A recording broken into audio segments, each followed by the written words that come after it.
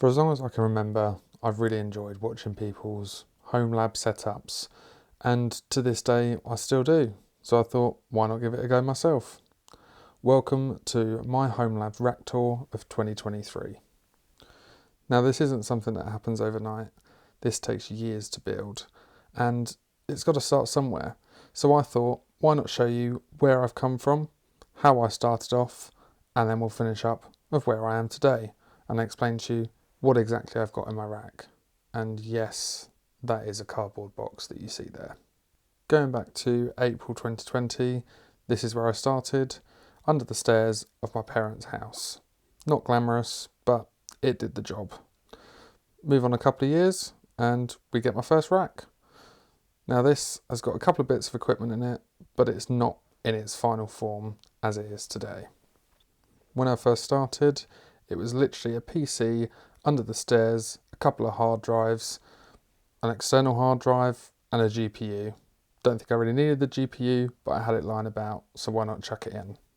Then you expand into things like network equipment, and you can see I've got the Apple AirPort Extreme, which isn't great, but it led me to here. This is me building out my Unify setup, so that's the Dream Machine Pro being installed in the rack, followed by a 16-port PoE switch, closely followed by a 48-port non-PoE switch. And this was all accelerated by a house move. So the plan was to fully network up the house and effectively try and use all of the ports on the 48-port switch. It was in September 2021 that I bought my first server case. Ironically, it wasn't necessarily for any server equipment, it was actually for my crypto mining rig, but it's now been used for my Unraid server, so that case did actually come in pretty handy in the end. This next picture isn't one that I'm particularly proud of, but it's the reality of having a home lab, and at one point this is what the wiring of my rack looked like. Taking things in and out of your rack will end up causing it to look like this, and wires being everywhere, but you do get to a point where you just clean it up. And eventually it ends up looking probably something like this. Now, probably not the tidiest setup. I know I don't have any patch panels to really clean that cabling up, but the plan is to put something like that in just to give it a nicer aesthetic and probably easier to manage in the future. But let's kick it off from the very top of the rack. I've still got the UDM Pro, the 16-port PoE switch and the 48-port non-PoE switch. Reality is, based on the number of ports I've got used, I probably don't need to be running all of the switches, but they each have their benefits in my eyes. So the very head end of the network is the UDM Pro, is my EE router. So this is my, I suppose you'd call it the ingress point. This is where I get my internet in. Unfortunately, it doesn't just come in on an Ethernet connection, it does come in on a telephone line.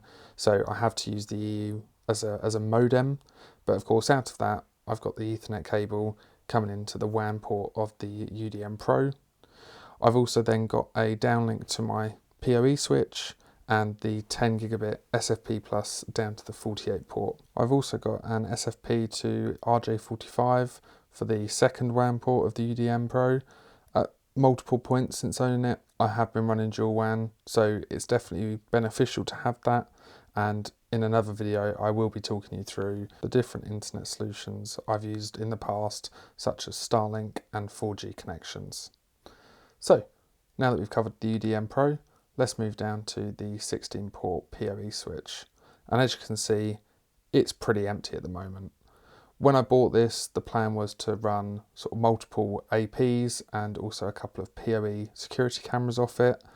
At this point, yes, I am only running the one AP, but the most I've run is a whole two. Of course, I would like to try and run more equipment off of the PoE switch, and I do have a couple of ideas. So if you like the sound of that, make sure you hit the subscribe button. On top of the rack, we've got my AP, which is a U6 Lite, nothing fancy, but this is what powers it, and you know, I can't complain. It's not got the highest power budget for PoE, but when I've only got one device plugged in, I don't need something that was, you know, extraordinary in terms of what it can deliver power wise. So perfect for my needs, and that takes us then onto the 48 port non-PoE switch. Now, this is where the bulk of my network, is connected. We've got connections out to power line adapters to get it around the rest of the house and actually to get traffic in. We've got connections to other switches and of course the connection to the server. So in total I've got 3 gigabit RJ45 connections plus the 10 gigabit SFP plus connection.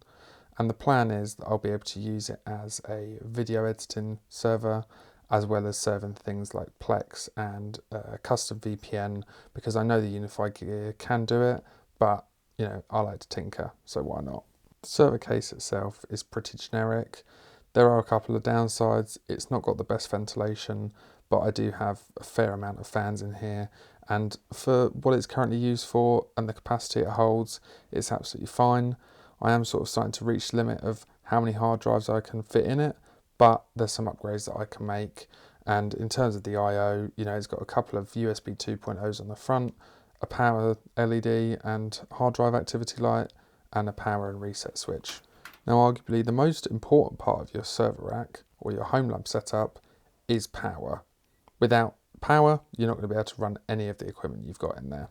So as you can see, I've got a pretty basic PDU at the bottom and a UPS.